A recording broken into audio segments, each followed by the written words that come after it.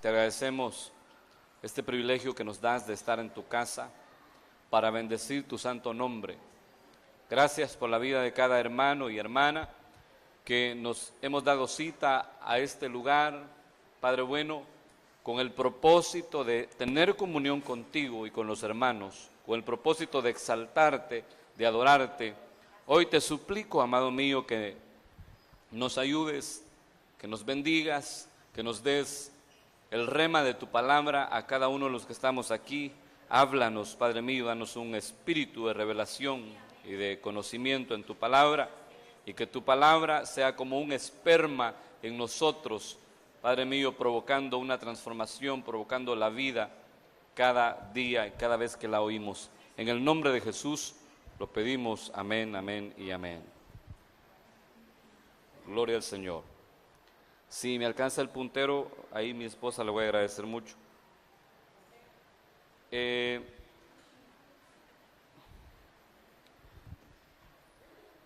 Estamos, hermanos, gracias, viviendo tiempos difíciles. Difíciles para el mundo y gloriosos para la iglesia. Porque este año, hermanos, es un año que trae cosas terribles para este mundo. Es un año en el que se gestan muchas cosas para esta tierra. Sin embargo, usted y yo, a usted y a mí nos depara bendición. De hecho, Dios ha decretado en los cielos un año de prosperidad para nosotros, un año de mucha bendición. Un año de mucha bendición. Y hermano, tengan mucho cuidado. Tengan mucho cuidado porque puede que este año terminemos con mucha bendición al final, con mucha prosperidad en nuestra alma y en nuestro entorno, pero puede que suceda todo lo contrario. Puede ser que al final de este año terminemos peor de lo que estábamos, porque la prosperidad tiene enemigos. Me hubiera gustado hablarle de los enemigos de la prosperidad, pero el Señor puso en mi corazón hablarle de este tema precioso que está ahí, que léamelo por favor, como dice. El peligro de ser de los muchos. El peligro de ser de los muchos. Y es que, hermanos, fíjense que el hecho de que haya mucha gente en una congregación no siempre es sinónimo de avivamiento. No siempre. No estoy diciendo que es malo que haya multitudes en una congregación, sino que estoy diciendo que no siempre es sinónimo de avivamiento. Y usted y yo debemos de tener mucho cuidado y de cuidarnos de no ser parte de ese grupo que la Biblia lo llama los muchos. Porque, por ejemplo, dice la palabra de Dios en este verso que está en Mateo 20, capítulo 20, verso 28. Como el Hijo del Hombre no vino para ser servido, sino para servir y para dar su vida en rescate por muchos. Él ofrendó su vida ¿por quiénes? Por muchos. Él dio su vida en rescate por muchos. Y en ese muchos que aparece ahí, en este muchos, no se logra ver bien, ¿va? Pero en ese muchos estamos incluidos usted y yo. Y le puedo mostrar muchos versículos. El Señor vino a morir, hermano, por muchos. Ahí estamos incluidos nosotros y está incluida también aquella gente ahí en el mundo que no han conocido al Señor. También por ellos murió Cristo. También por ellos. Pero en ese grupo de los muchos están incluidos los que han aceptado a Cristo, pero también la gente del mundo. Está fregado, por eso el tema es el peligro de ser de los muchos. También dice la Biblia en este verso, Mateo 26, 28, porque esto es mi sangre del nuevo pacto, que por muchos es derramada para remisión de pecados. ¿Por quiénes fue derramada la sangre de Cristo? Por muchos. Ahí estamos incluidos usted y yo, porque hemos sido rociados con la sangre de Cristo, ¿sí o no? Y la sangre está dispuesta para la gente del mundo, ¿sí o no? También, entonces los muchos son la gente del mundo, pero también la gente cristiana que ha reconocido a Cristo. También dice este otro verso: y muchos venían a él y decían: Juan a la verdad ninguna señal hizo, pero todo lo que Juan dijo de este era verdad. Y muchos creyeron en él ahí. Gloria a Dios. Mire qué bueno eso, no había pensado yo en eso, fíjese, y nunca había leído ese verso, el verso 41, que dice que Juan no hizo ninguna señal, porque no hizo ninguna señal. Ninguna señal. Pero ¿qué hizo él? Preparar el camino del Señor. Ese era su propósito, el propósito del ministerio de Juan.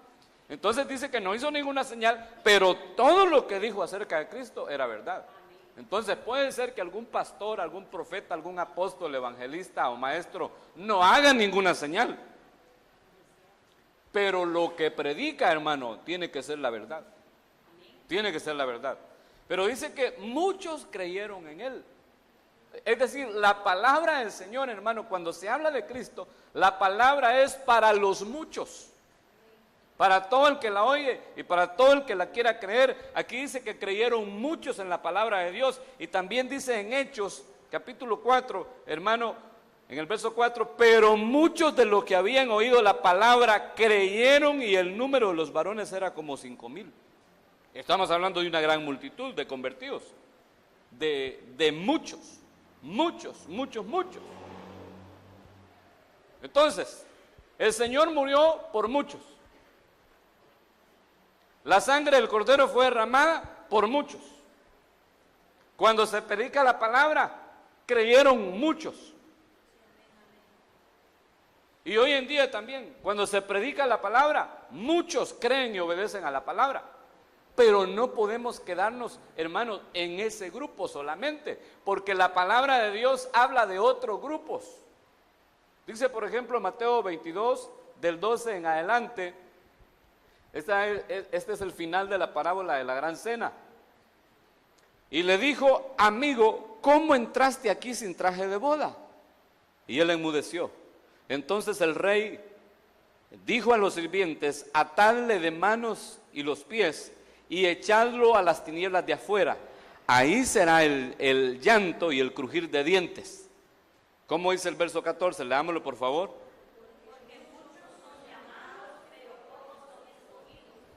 Aquí aparece otro grupo. Muchos y pocos. ¿Quiénes son los muchos? Los llamados. ¿Y quiénes son los pocos?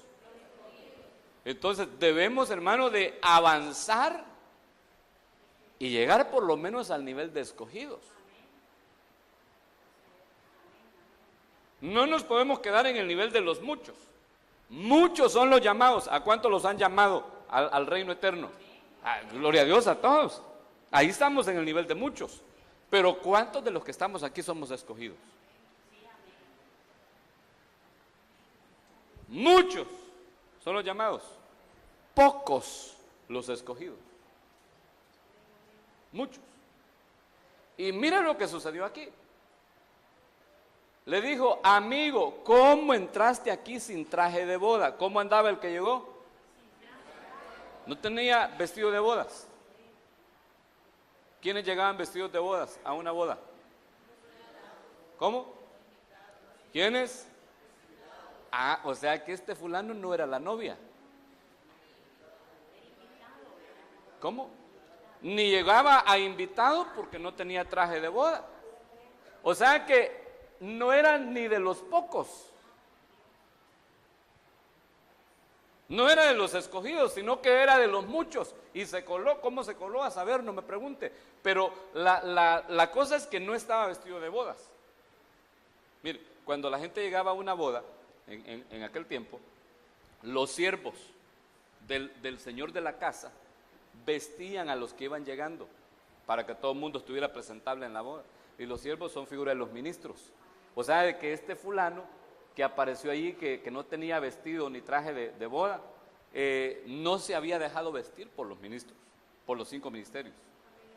Es decir, no se había dejado cubrir, no había aceptado una verdadera cobertura. Y por eso le dijeron allá: no traes traje de boda. ¿Dónde está tu traje? No traje, le dijo el otro. Y lo sacaron. ¿Por qué? Porque muchos son los llamados, pero pocos los escogidos. Los escogidos serían los que les permitían entrar a la boda, no a casarse con el hijo del rey, sino que como invitados. Por eso, hermano, no se quede siendo parte de los muchos. No se quede. Pero este verso todavía, este otro que le voy a mostrar, todavía es más difícil. Porque dice Apocalipsis 17:14, estos pelearán contra el Cordero y el Cordero los vencerá. Porque el Señor, Él es Señor de señores y Rey de reyes, y los que están con Él son...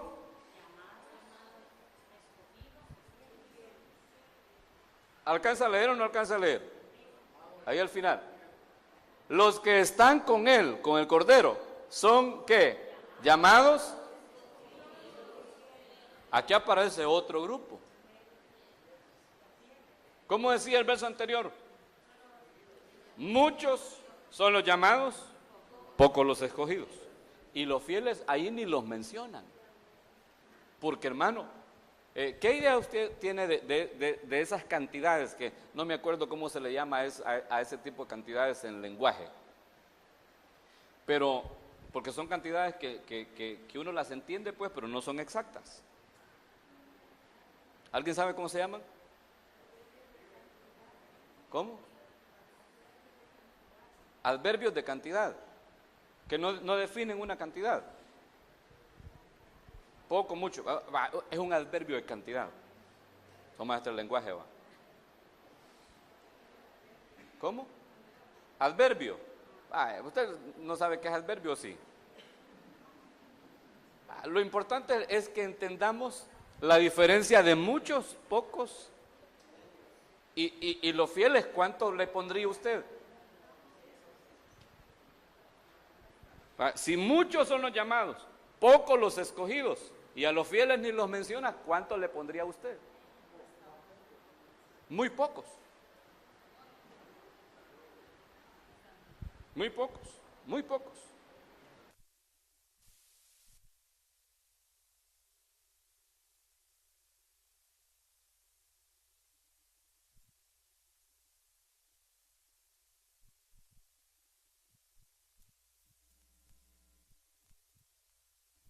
Digamos, los que están aquí.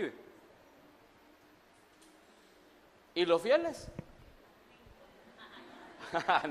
Ninguno, dice la hermana.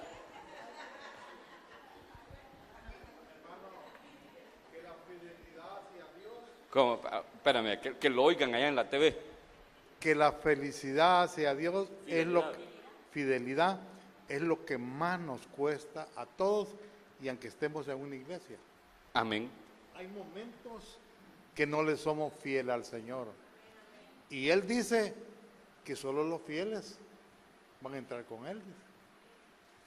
Así es que lo más duro para nosotros, o el propósito más grande, es ser fieles. Amén. Porque ¿Es la neta? sí, porque fidelidad pide usted de los que lo rodean. Y también los que lo rodean piden fidelidad de usted también. Amén. ¿Y cómo no Dios no va a pedir fidelidad? Si eres fiel. Si Él es fiel.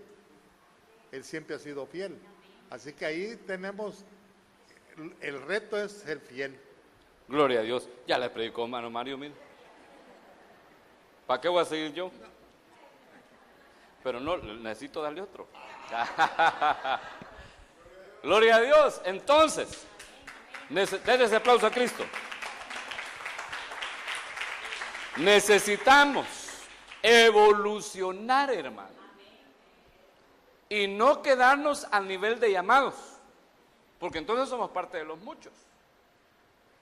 Sino que cuando aceptamos a Cristo, recibimos la sangre del Cordero, entramos como parte de los muchos porque por todos murió el Señor. Pero ya estando ahí, que podamos evolucionar al nivel de escogidos.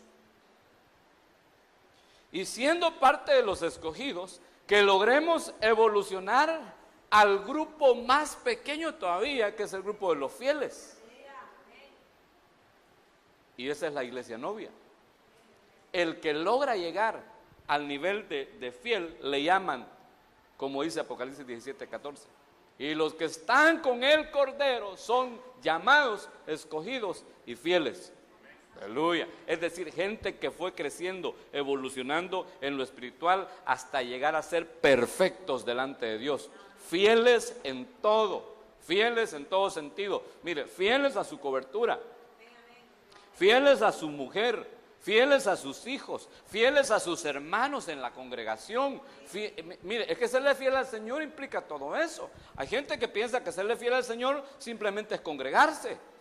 O piensan que serle fiel al Señor es guardarse de X pecado que antes cometí en el mundo.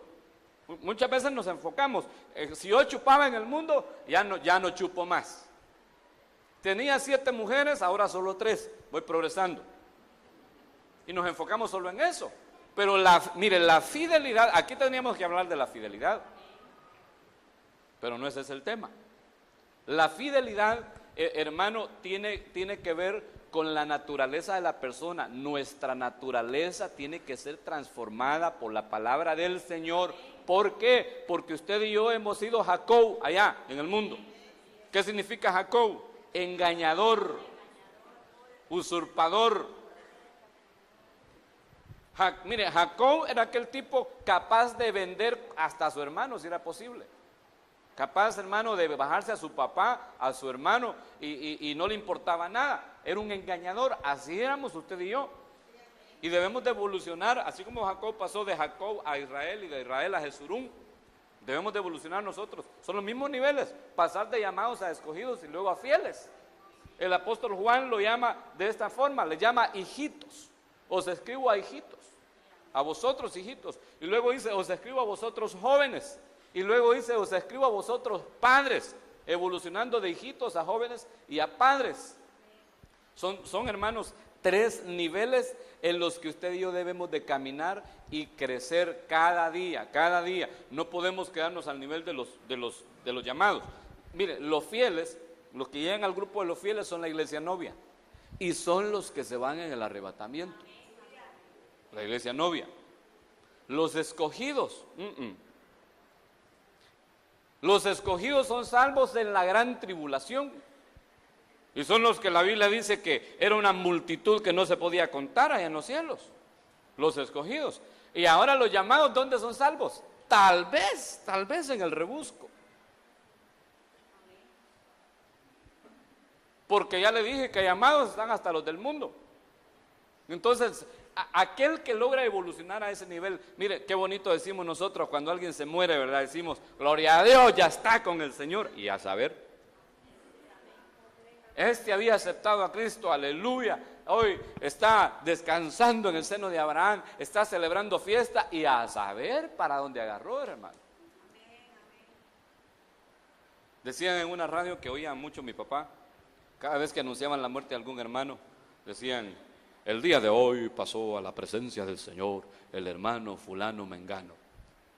Y mi tío chico, que jamás quiso ser cristiano, decía, ¿quién sabe que agarró para allá? Y tenía toda la razón él. Porque, fíjese que yo estaba equivocado porque así me habían enseñado. A mí me habían enseñado que el día de la resurrección de los muertos, el día del rapto, iban a resucitar todos los que aceptaron a Cristo. Y no es así. No van a resucitar ahí todos los que aceptaron a Cristo. Porque hermano, ese momento es el momento de la iglesia novia, es el momento de la primicia. Entonces van a resucitar los que murieron en ese nivel de fieles. Los que dieron talla de novia antes de morir.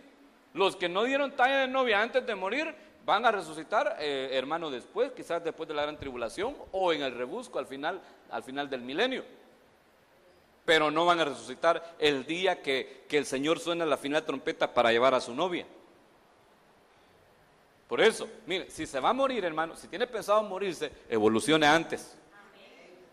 Y trate de llegar al nivel de fiel antes de morirse. Y mire, yo creo que cuando alguien llega al nivel de fiel al Señor, se llega a enamorar tanto del Señor, hermano, que ya no quiere vivir aquí. Ya no quiere estar aquí, se quiere ir con el Señor. Ese fue el caso de Enoc. Caminó, dice la Biblia, con Dios hasta que un día desapareció porque el Señor se lo llevó. No lo hallaron porque Dios se lo llevó. ¿Por qué? Porque era un hombre fiel que había evolucionado hasta ese nivel. Entonces, ¿qué le estoy diciendo con esto? Que el grupo de los fieles es muy poco y que los que se van a ir el día del arrebatamiento son muy pocos. Muy pocos. Muy pocos. Hermano, ¿será que usted se va? ¿Será que usted se queda?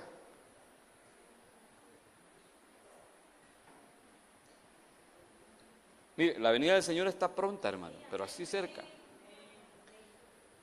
¿Y qué pasaría si de repente usted viene al culto y aquí está toda la mara, pero unos poquitos no han venido y el apóstol, y el apóstol, y el pastor? Yo digo que me voy a ir, ¿va? Solo Joaquín que ha quedado. ¿A quién ponemos de pastor? Van a decir, ¿va? ¿A quién habrá delegado el apóstol después del arrebatamiento? Oye, el otro. Con los ministros nos vamos con la novia y luego regresamos. A él vamos a seguir pastoreando, oye. Primero Dios. Primero Dios. Pero, hermano, corremos un gran riesgo al quedarnos al grupo de los muchos. Es que mire, hermano, cristiano cualquiera es. Sí, cristiano cualquiera es. Si hay un montón de bandidos que dicen que son cristianos y hasta se autodenominan testigos de Jehová. Hay otros que les llaman los mormones y se autodenominan los santos de los últimos días. Fíjese. Están los catochos, están, hermano, un montón de sectas que hay que profesan la fe en el Señor Jesucristo y se llaman cristianos. Por eso le digo que cristiano cualquiera es, pero escogido no cualquiera, y fiel todavía menos. Todavía menos. Entonces sigamos leyendo la palabra de Dios. Mire cómo dice este verso que está en Mateo capítulo 15. Y se le acercó mucha gente. ¿Cuánta gente se le acercó? A Jesús. Se le acercó mucha gente que traía consigo ¿a quiénes? Cojos.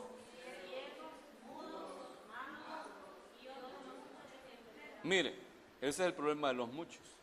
Siempre se juntan solo con gente enferma. Hablando espiritualmente. Los muchos se juntan todo el tiempo con gente que tiene cojera espiritual, ciegos, mudos, mancos, un montón de enfermos espirituales. Y eso no les permite avanzar a ellos. Porque, hermano, más de alguna cojera usted y yo tenemos. Pero la cojera tiene que ser corregida en nuestra vida. La cojera espiritual tiene que ser corregida. La cojera describe, hermano, un altibajo al caminar. A veces da con gozo, a veces no, a veces es fiel en esto, a veces no. Entonces, la cojera espiritual, si no es corregida, hermano, no logramos avanzar, nos quedamos en el grupo de los muchos. Y el ejemplo, hermano, por excelencia que tenemos en la Biblia es Mefiboset. ¿Cuántos han leído sobre Mefiboset? Levanten la mano que han leído sobre Mefiboset. Y los demás no han leído la Biblia. Bueno, Mefiboset era hijo de Jonatán, nieto del rey Saúl. Y cuando se dio la noticia de que su padre, el príncipe Jonatán y el rey Saúl habían muerto, dice que la nodriza, figura de los ministros, huyó con él y lo dejó caer y quedó lisiado de los pies. Mire, la nodriza. Hay muchos cristianos que un pastor los dañó, los botó y los dejó lisiados y quedaron lisiados para toda la vida y nunca más se levantaron. Y ellos dicen que son cristianos en su casa. Usted los invita a la iglesia y dicen, no, los pastores son unos sinvergüenzas. Platicaba yo un día con una hermana que ella tiene años de congregarse. Y le decía yo, ¿y su esposo por qué no lo trae a la iglesia? No le gusta. Siempre me decía, no le gusta. Pero un día platicamos y me dijo, es que él me dijo, era cristiano. Nos casamos en la iglesia evangélica. Y dije, ¿qué pasó? Le dije. El pastor que lo pastoreaba dejó a la esposa y se llevó una muchacha de la iglesia. Y desde entonces él jamás quiso ir a la iglesia. Fue lisiado por una nodriza, por un ministerio, por un pastor. Entonces, pero veamos cómo va la evolución de Mefiboset. Se fue a esconder a un lugar que se llama Lodebar. Y Lodebar significa sin pasto. No tenía que comer, es decir, no estaba siendo pastoreado. Y eso es lo que hace un lisiado, un cojo. Se esconde, se recluye en su casa y usted le pregunta dónde se congrega. Aquí en el 17, aquí en el 25, en Enlace. Y no se quieren congregar en una iglesia para no adquirir compromisos, porque su cojera no la quieren dejar. Pero de repente un día David lo mandó a buscar, lo mandó a llamar. David, figura de Cristo, y le mostró su misericordia. Lo sentó a la mesa del rey, a que comiera en la mesa del rey, y no le importó al rey la cojera que tenía. Ahí lo sentaba todos los días para que comiera. Y dice que le devolvió todas las tierras que eran de su padre. Y el mayordomo de Saúl, Siba, fue su siervo. Entonces Siba era el mayordomo de Mefiboset, figura también de un ministro que le servía a Mefiboset. Entonces viene el momento en que Absalón, figura del anticristo, llega a Jerusalén, usurpa el reino de su padre y David tiene que irse. David, figura de Cristo. Ese momento es figura del arrebatamiento. Mefiboset no se pudo ir. Entonces se fue David, estuvo en el exilio mientras se daba la guerra civil. Cuando David regresa, porque ya ha muerto Absalón, figura del anticristo, ya terminó la gran tribulación, dice que se encontró con Mefiboset y le dijo David, ¿por qué no te fuiste conmigo? ¿Y sabe qué le dijo Mefiboset? Mi siervo me engañó.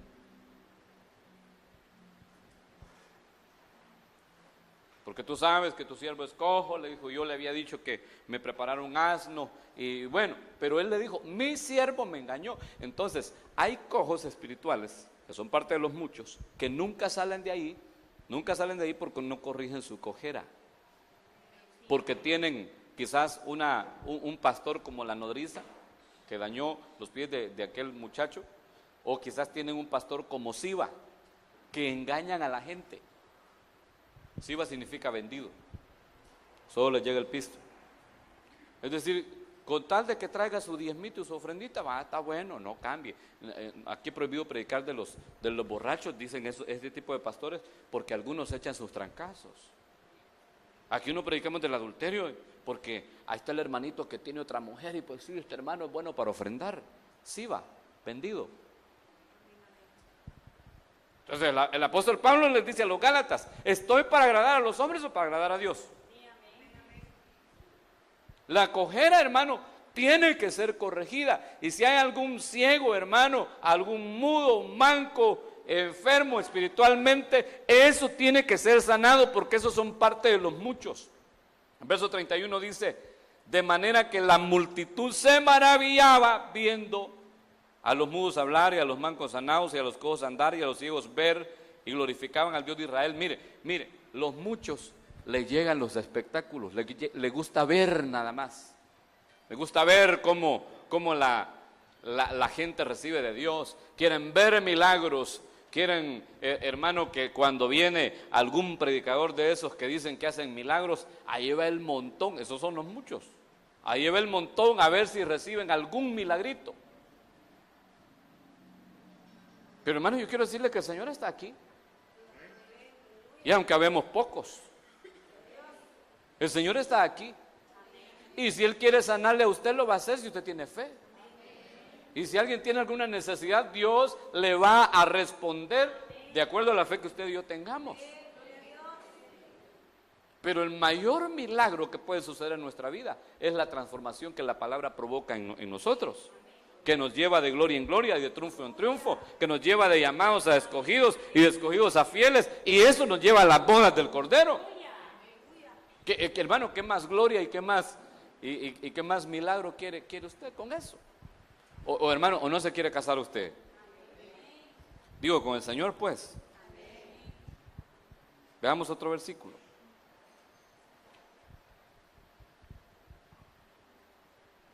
Y cualquiera que haya dejado casas, o hermanos o hermanas, dice Mateo 19:29, o padre o madre o mujer o hijos o tierras, por mi nombre, recibirá 100 veces más y heredará la vida eterna. Mire, ¿usted no se alegra por eso? Mire, ¿cuánto le sirven al Señor aquí? Así con ganas de servir, porque esta es una palabra para los servidores del Señor. ¿Le sirve usted así con alegría, con gozo, o no? A los que le servimos así, el Señor promete eso, mire, recibirá 100 veces más y también heredará la vida eterna. ¿Qué es lo que usted ha dejado por servirle a Dios? La novela, no que va a recibir 100 novelas allá arriba. ¿Qué ha dejado? A veces la familia. Abandonamos la familia por ir a hacer el discipulado, por venirnos a servir a la iglesia, por venirnos temprano, porque le tocaba quizás servir. Hemos dejado quizás muchas cosas.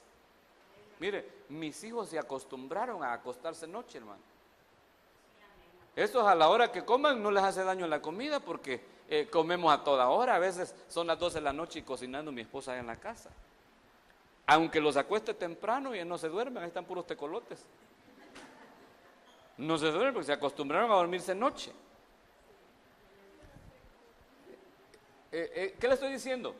Que hemos abandonado quizás la comodidad de la casa, porque hermano, esto de ser ministro del Señor, uno no tiene horario. No tiene horario. Por ejemplo, nosotros trabajamos, hermanos, los 7 días de la semana. Así, con todo, pues, le servimos al Señor. Y mis hijos quizás podrían estar aburridos de tanto culto, por culto aquí, si no hay aquí en Acajutla. Pero hermano, qué bendición para ellos. Qué bendición. Entonces, lo que hayamos dejado, lo que hayamos tenido que dejar, que despojarnos, Dios nos promete darnos 100 veces más. 100 veces más. Fíjese que me testificaba un hermano allá en México. El pastor que me invitó allá a México es un hermano, es un empresario. Ya tiene él como 65 años. Y tiene un montón de empresas. Imagínense que tiene una constructora de carreteras. O sea, tiene mucha plata, pues. Pero me contaba él. Dice que hoy solo tiene un rancho de 250 hectáreas. Dice que los vendió los demás porque mucho costaba la administración. Solo tengo uno, me dijo, de 250 hectáreas. Entonces él me contaba que cuando él se hizo evangélico, cuando él se convirtió al evangelio, ya le habían dado su herencia, 4 hectáreas de terreno. Pero él aceptó a Cristo. Entonces cuando él aceptó a Cristo, dice que se reunió la abuela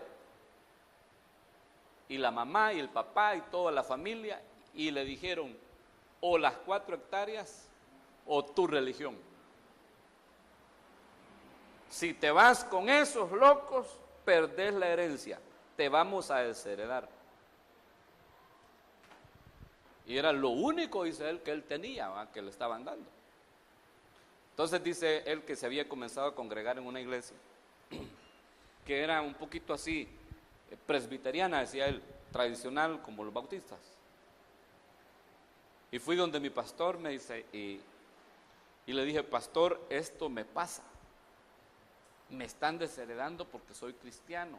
Quieren que deje el evangelio para que yo pueda tomar mi herencia. Y si no, me la quitan. Dice que el pastor agarró un pedazo de papel y le anotó ahí y se lo dio. Tomale. Y lo leyó. Y le puso el pastor, dice, Con Cristo, la vida eterna. Con tu familia, 4 hectáreas. Pero pastor, no me va a decir nada. Toma una decisión. Tenés que tomar una decisión. Ay, vos lo que vos vas a decidir va a marcar toda tu vida. Yo no te puedo decir qué vas a hacer. ¿Y qué hizo? Le digo yo. Me quedé con Cristo. Y mire, me dice el hermano mire, al año y medio, el Señor me dio 500 hectáreas. Las 4 hectáreas que dejó ir, se le convirtieron en 500 hectáreas. ¿Se imagina ustedes? Porque aquel que deje cualquier cosa que haya dejado, le van a dar 100 veces más. No se vaya a confundir ahí cuando dice mujer, va, le vaya a dejar a la mujer esperando que le den 100, va. Entonces está fregado. Entonces, lo que la Biblia está diciendo es que vamos a ser recompensados, hermano. Mire, si le servimos al Señor sin escatimar tiempo, esfuerzo, dinero, hermano, Dios nos va a recompensar. Dios no se queda con nada. Dios es fiel. Y aunque usted y yo seamos infieles, Él permanece fiel. Él permanece fiel. Entonces, todo eso está muy bonito. Pero, miren lo que dice el 30, pues. Pero, muchos primeros serán postreros. Eso se está fregado. Es decir, aquellos que llegaron primero, pero que se quedaron al nivel de los muchos, los van a regresar y van a ser postreros. Es decir, que los muchos vienen a ser los últimos, aunque hayan sido primero, por no evolucionar, por no pasar al siguiente nivel. Porque dice, muchos primeros serán postreros y luego postreros primeros. Aquí ya no dice cantidad, aquí sí dice, muchos primeros serán postreros. Y postreros primeros. ¿Por qué no dice cantidad? Porque estos serían los escogidos. Y los escogidos son pocos. Son pocos. Entonces, ¿qué le estoy diciendo? Hay mucha gente que sirve, hermano, pero que sirve por compromiso. Que sirven por tener una posición quizás dentro de la congregación. No estoy hablando de aquí, estoy hablando de la iglesia de Cristo. Otros sirven porque se los han impuesto. Otros para que los vean. ¿Me está entendiendo? Y por esa razón, aunque fueron primeros, se van a quedar a ser postreros. Porque se quedaron en el nivel de muchos y no evolucionaron a los pocos. Se quedaron en el nivel de llamados y no pasaron al nivel de escogidos. Mire que temprano está, hermano, las 4:15 son, gloria a Dios. Aleluya. Le podemos dar hasta, ¿a qué hora es la salida? Le damos hasta las 8:30, ¿va? Gloria a Dios. Entonces sigamos adelante. Aquí dice, pero muchos primeros, es decir, que se quedaron al nivel de llamados, van a ser postreros porque no evolucionaron. Y postreros, primeros. Algunos que iban de último, pues, pero que decidieron evolucionar, los van a pasar al nivel de escogidos. Gloria a Dios. Por eso dice Mateo 20:16, así los primeros serán postreros y los postreros primeros, porque muchos son llamados, mas pocos los escogidos. Poquitos los escogidos, poquitos. Aunque hayamos llegado primero. Yo conozco hermanos que tienen 30 años de ser cristianos y no pasan del nivel de los muchos. Y conozco cristianos que tienen 1 año de ser cristianos y yo ya lo siento que hasta son de los fieles. Porque han evolucionado, hermano, así corriendo. Mire, qué lamentable, ¿va? ¿Cuánto tiempo estuvo el arca del pacto en la casa de Obed-Edom? ¿Cuánto? 3 meses. ¿Y cuánto tiempo estuvo en la casa? ¿Cómo se llamaba el otro? Que ni me acuerdo el nombre. Antes de pasar a la casa de Obed-Edom, ¿dónde estaba? En la casa de, ¿cómo se llamaba este fulano? Aminadab. Así se llamaba, papá. Allá en Bet-Semes, cuando la devolvieron los filisteos. Ahí estuvo 20 años. y nunca pasó nada. Pero estuvo 3 meses en la casa de Obed-edom y le llegaron a decir a David que Obed-edom había prosperado a causa de la presencia de Dios en su casa. En 3 meses. El otro la tuvo 20 años y nada que ver. O sea, aceptó a Cristo, pero no le importó, no le dio lo mismo. Eso que predica el pastor es pura casaca. No lo toma como la palabra de Dios. Sí, hay que ir al culto, sí, hay que alabar a Dios, amén. Y no pasan de ahí. Sí, hay que diezmar, pero cuando le alcanza a uno, pues cuando le sobra. Y nunca pasan de ahí, nunca pasan de ahí. Conocieron al Señor, se quedaron al nivel de muchos. Pero los escogidos, hermano, esos se enamoran del Señor, porque Obed-edom, yo creo que estuvo en el nivel de escogido cuando el arca estuvo en su casa, pero se enamoró del Señor, porque cuando David se lleva el arca para Jerusalén y prepara, hermanos, los grupos de cantores y de músicos, ahí estaba Obed-edom, en calidad ya de fiel, porque aunque el arca ya no estaba en su casa, él se fue siguiéndola. Si el arca va en mi casa, no importa, dijo, yo sigo el arca, porque ahí está la presencia del Señor. Se enamoró del Señor. ¿Usted está enamorado del Señor? Mire, hermano, un cristiano que esté enamorado de Cristo, ese quisiera que hubieran cultos todos los días. Ese viene el lunes para el culto. El martes, ¿qué hay el martes? Ensayo, viene para el ensayo. El miércoles, ahí va para el culto. El jueves, venimos para el ensayo otra vez. Mira, a veces a las 11 de la noche sacamos estos hipotes del ensayo, hermano, desde las 6 de la tarde. Le viene el día viernes al culto otra vez, el sábado será el discipulado y el día domingo en la mañana el culto, en la tarde el culto. ¿Y por qué? Porque estamos enamorados del Señor. Y hasta, yo conozco gente que hasta le dice, mira, vos llévate la cama mejor para la iglesia, porque ya te volviste cucaracha de la iglesia. Gloria a Dios que le digan eso, gloria a Dios. Peor es que le digan, llévate la cama para la cantina, ¿va? Gloria a Dios. Entonces, hermano, hay riesgo de ser de los muchos. Yo viendo ese reloj bandido, mire, y no camina, no pasa de ahí de las 4:15. Ese reloj está bueno para marcar el tiempo al predicador. No, Mario, por eso nos vamos a guiar. Mire cómo dice Hebreos, capítulo 12, verso 14 al 15. Buscar la paz con todos y la santidad, sin la cual nadie verá al Señor. Mire, hay 2 cosas que hay que buscar. La paz. ¿Qué es la paz? Buscar la paz con todos.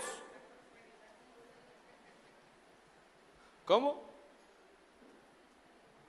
Ausencia de conflictos. Buscar la paz con todos. Amén. Es que si tenemos paz en nuestro interior, vamos a tener paz en nuestro exterior, en nuestro entorno. Si no hay paz en el interior, va a tener conflictos en la casa, va a tener conflictos en el trabajo, en la calle con los vecinos y también en la iglesia. Lo van a seguir los conflictos. Por eso dice, buscad la paz con todos y la santidad sin la cual nadie verá al Señor. En el verso 15, mirad bien de que nadie deje de alcanzar la gracia de Dios, de que ninguna raíz de amargura brotando cause dificultades y por ella muchos sean contaminados. Es el problema de ser de los muchos. Los muchos son contaminados y son contaminados con amargura. De hecho, Apocalipsis lo profetiza. Apocalipsis 8:10 dice, el tercer ángel tocó la trompeta y cayó del cielo una gran estrella ardiendo como una antorcha y cayó sobre la tercera parte de los ríos y sobre los manantiales de las aguas. Y el nombre de la estrella es Ajenjo. Y la tercera parte de las aguas se convirtió en Ajenjo. Y muchos hombres murieron por causa de las aguas porque se habían vuelto amargas. Mire, esto es una profecía para el final de los tiempos. Nos van a querer amargar. El enemigo va a querer poner ajenjo en nuestras aguas. Y ahí dice que murieron los hombres, ¿por qué? Porque las aguas eran amargas. Esto habla, ¿qué decía Hebreos? Volvamos a Hebreos. A buscar la paz con todos y la santidad sin la cual nadie verá al Señor. Mirad bien que nadie deje de alcanzar la gracia de Dios, de que ninguna raíz de amargura brotando cause dificultades y por ella muchos sean contaminados. La raíz de amargura, ese es el ajenjo. Entonces hay muchos cristianos que por ser del grupo de los muchos se dejó contaminar por el ajenjo, se dejó contaminar por la amargura.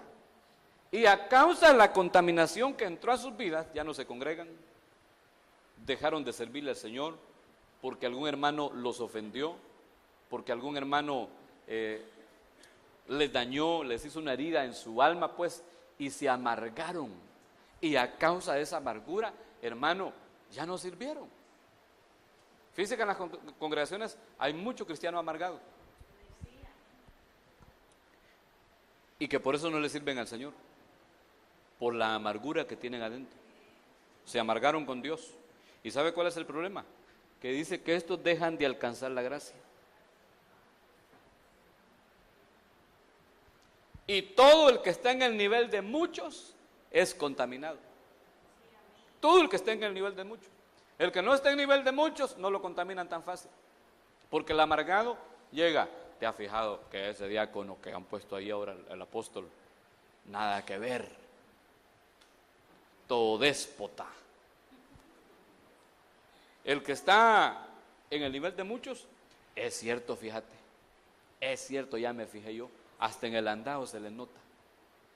El que está en el nivel de muchos, ya se contaminó. Y dice, ya no voy a servir yo, ya no voy a servir. Mira, dice el otro, fíjate que quitaron al hermano fulano de X área. Yo ya no voy a servir porque han puesto al otro que ese, mira, que se peina para atrás. El otro se peinaba para adelante, bien chivo, bien calidad. Pero ese, mira, bien feo. A mí no me gusta. Ahí que ya no voy a servir. Y vos, hay veces sos bobo. Viene el otro, el Juan, vendeme la conserva, y le dice, pues ni yo voy a servir. Se amargaron los dos. Se amargaron.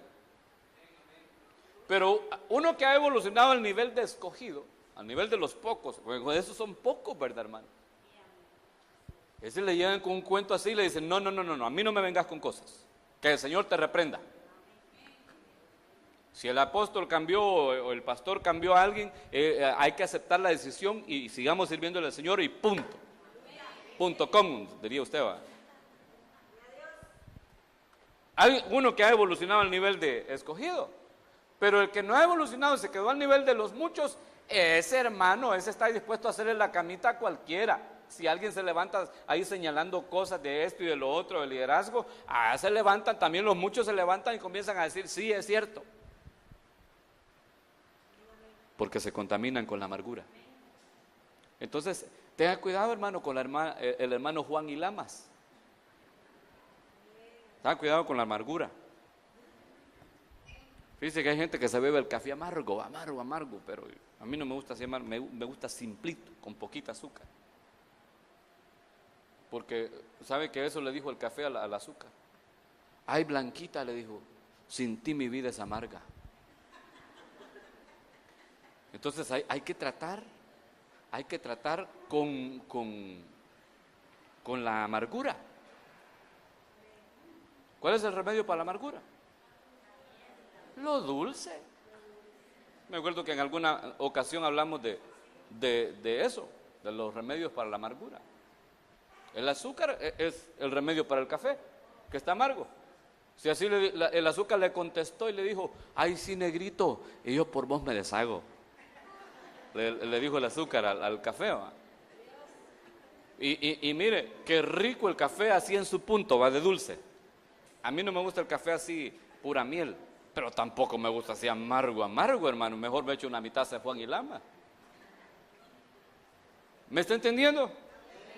Entonces, ¿cómo está su corazón? ¿Está amargado? ¿Está curado contra la amargura? Yo antes le diezmaba al pastor, pero desde que me leñació predicando ya no diezmo. Entonces sí, al pastor le diezmaba, no le diezmaba al Señor. Mire, por amargura muchos han perdido una gran bendición, porque mucha gente, porque se amargan con el ministro, con X líder, dejan de diezmar. Y hermano, usted sabe bien que los diezmos y las ofrendas, los ministros las administramos, pero porque el Señor nos ha delegado ese trabajo, pues, pero usted no lo da para nosotros, sino que lo da para el Señor. Y si alguien lo da para nosotros, va, está bueno, pues, se lo recibimos, pero allá no se lo reciben. ¿Me entiende? Pero aquel que lo da para el Señor, hermano, ese recibe recompensa, así como decía el verso que leíamos hace un momentito. Sigamos adelante, veamos otro verso. Este ya lo vimos, ¿verdad? El del ajenjo. Mire qué terrible está, hermano. Mateo 7:22. Muchos me dirán en aquel día: Señor, Señor, ¿no profetizamos en tu nombre y en tu nombre echamos fuera demonios? ¿Y en tu nombre hicimos muchos milagros? Hermano, mire qué terrible. Y el Señor dice: entonces les declararé: nunca os conocí, apartaos de mí, hacedores de maldad. Hermano, mira, aquí se va a decir, puchica, hermano.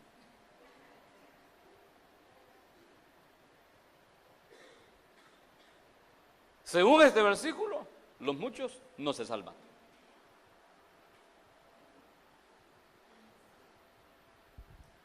Señor, Señor, si yo profetizaba en tu nombre y las profecías que daba se cumplían.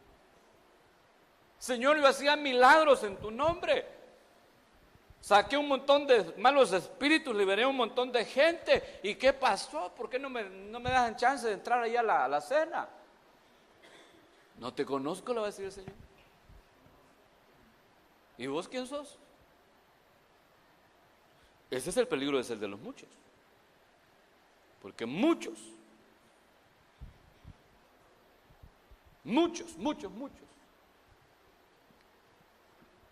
porque profetizan o porque tienen autoridad para echar demonios, hermanos, si quien echa fuera los demonios es Cristo. Es por el dedo de Dios. Fue un fulano a liberar a otro allá que estaba endiablado, le sacó al diablo y todo, ¿verdad? Pero ahora se siente Superman. Y hasta hay pastores que mandan a hacer su tarjetita y le ponen ahí: saca espíritus. Otros le ponen expertos en espirituología.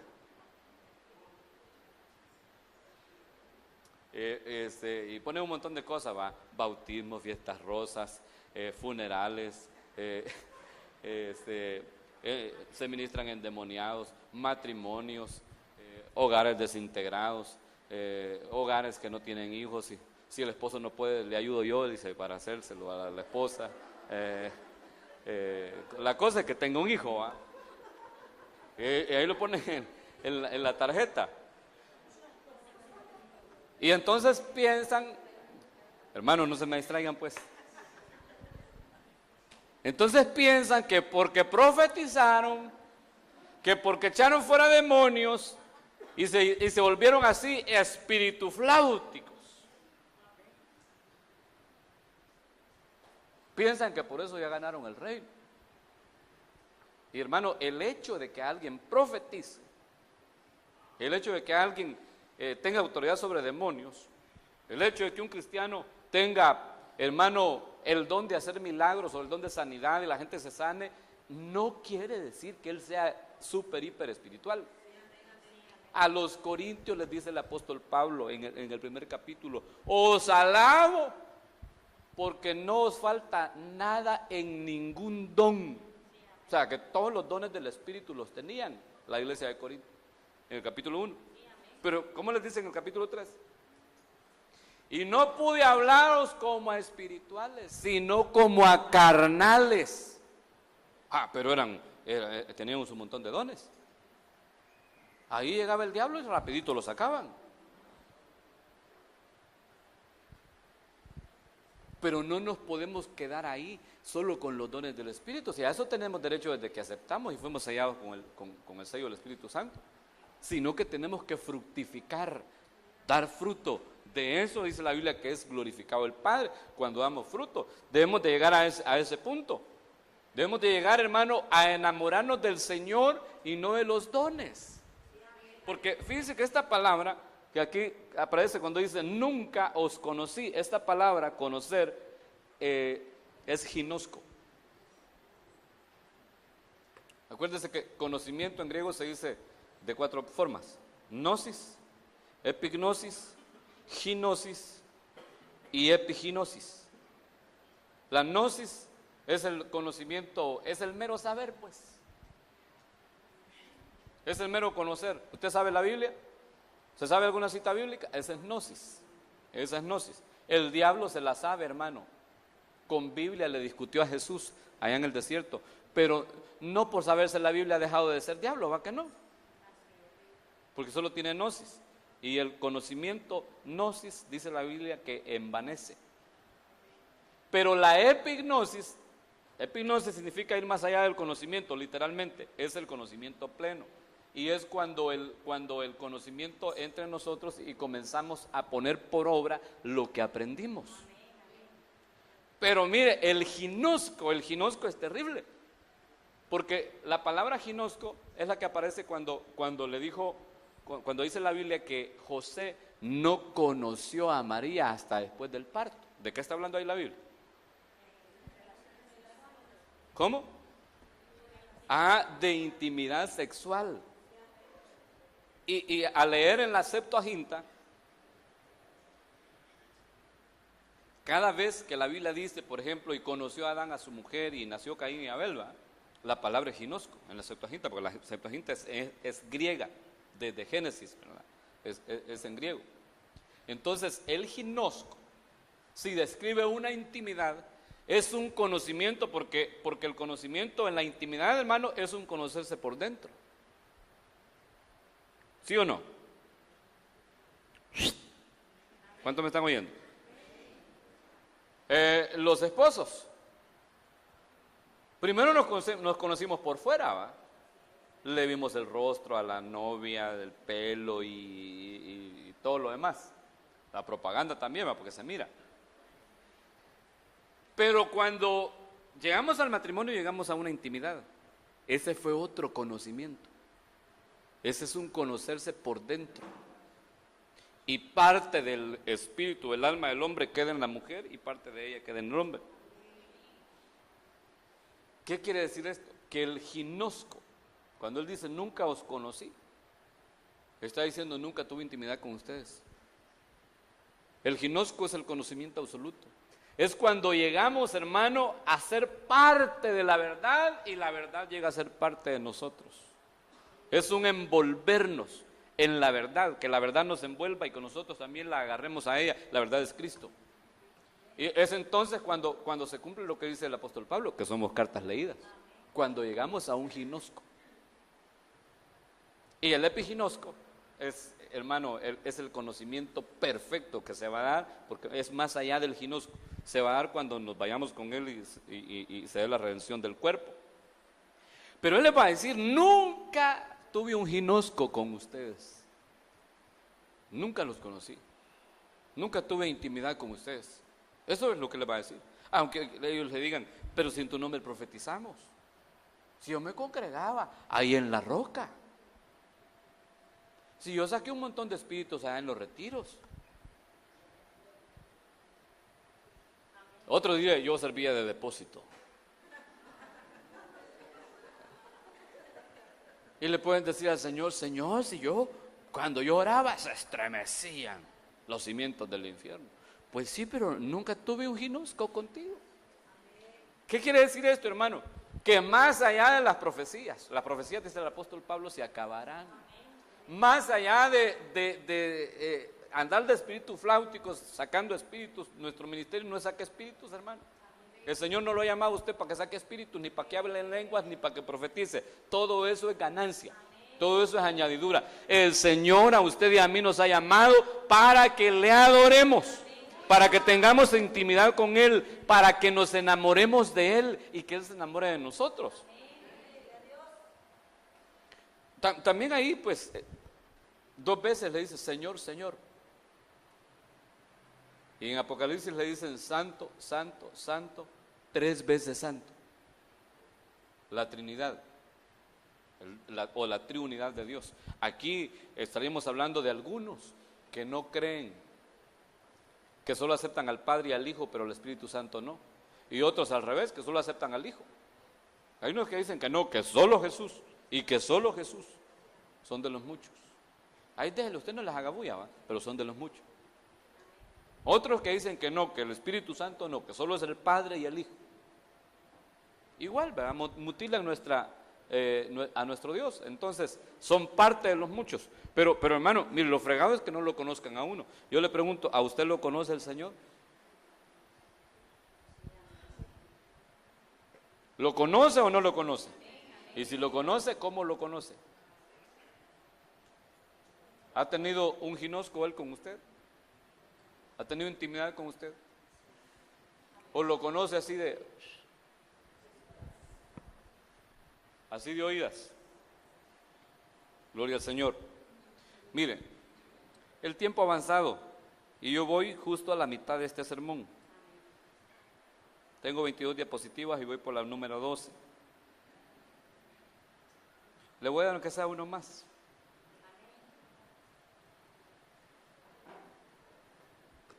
Porque tengo muchos. Mateo 24:4 dice, respondiendo Jesús les dijo, mirad que nadie os engañe, porque vendrán muchos en mi nombre diciendo yo soy el Cristo, y a muchos engañarán. ¿Quiénes son los muchos? Los llamados, los que se quedan al nivel de llamados, que aceptaron a Cristo, pero que también son del club de engañados. Porque vendrán muchos en mi nombre diciendo yo soy el Cristo. Van a ser anticristos. Y con esa voz que traigan dice que engañarán a muchos. Engañarán a muchos. Y en algún momento la Biblia dice que aún los escogidos serán engañados. Ya no digamos los muchos. Para no ser engañados, tendríamos que evolucionar de muchos a escogidos y de escogidos a fieles. Deberíamos de tener las vestiduras de la iglesia novia para no ser engañados. Deberíamos de avanzar, porque la Biblia dice que el pueblo fracasa por falta de conocimiento. Cuando uno no sabe, ¿cómo dice el refrán? El que no sabe es como el que no ve. El que no sabe. Pero el que sabe, sabe. ¿Y quién le va a discutir a usted si usted tiene versículos bíblicos? ¿Quién le va a refutar a usted algo, una verdad, si usted está fundamentado en la palabra de Dios, en la Biblia? Si usted tiene el conocimiento de la palabra. Lamentablemente, hermano, hay mucha gente que no recibe la instrucción, la enseñanza, solo la oye, pero no la recibe. La palabra de Dios tenemos que permitirle al Padre que nos la escriba en nuestro corazón, que quede escrita con letras imborrables en nuestro corazón, para que no solo oigamos, porque los muchos oyen y hasta creen, pero también dice la Biblia que hasta los demonios creen y tiemblan. Pero aquellos que evolucionan en el conocimiento, hermano, no cualquiera los va a engañar. No cualquiera lo engaña. Mire, a los niños, bien fácil a veces se los echa la bolsa a uno, ¿va? Pero así bien fácil, bien fácil. Estaba una vez un niñito ahí cuidando su gatillo que se le había mojado y estaba haciendo un gran frío, hermano, allá por la zona fría. Y pasó un adulto y le dijo, ¿y qué le estás haciendo al gatito? Lo estoy poniendo al sol para que se seque, porque tiene un gran frío. No, hombre, le dijo, ¿querés que se le quite el frío? Sí, le dice, bañalo así, se le va a quitar, mírale. Y casi se le murió el pobre gato al niño, ¿eh? Porque él le creyó al otro. Pero dígale eso a un adulto, va que no se lo engaña tan fácil, no se lo echa a la bolsa. Entonces no nos podemos quedar al nivel de niños espirituales. Por eso es que los llamados son los que están al nivel de hijitos, a los que el apóstol Juan les llama hijitos. Son niños y nunca evolucionan, se quedan a ese nivel, y eso, hermano, es peligroso, peligroso, porque los llamados, yo le aseguro que no se van en la gran tribulación, no se salvan, pero los escogidos sí, y los fieles nos vamos primero. Gloria a Dios. Póngase de pie, por favor, vamos a orar.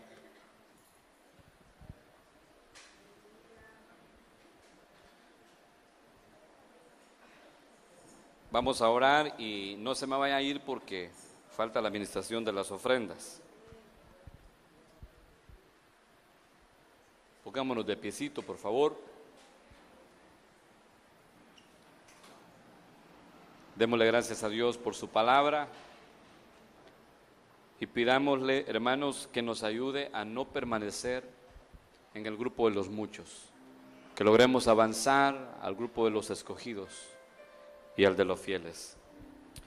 Padre bueno, te agradecemos esta noche por tu palabra. Muchas gracias por enseñarnos, por instruirnos. Gracias por alertarnos, Padre bueno, a tiempo. Señor mío, ayúdanos a evolucionar. Que tu palabra, Dios eterno, siempre nos traiga la vida y las herramientas necesarias para crecer, para desarrollarnos, para avanzar hasta llegar a la estatura del varón perfecto. Señor mío, que lleguemos al estado de fieles.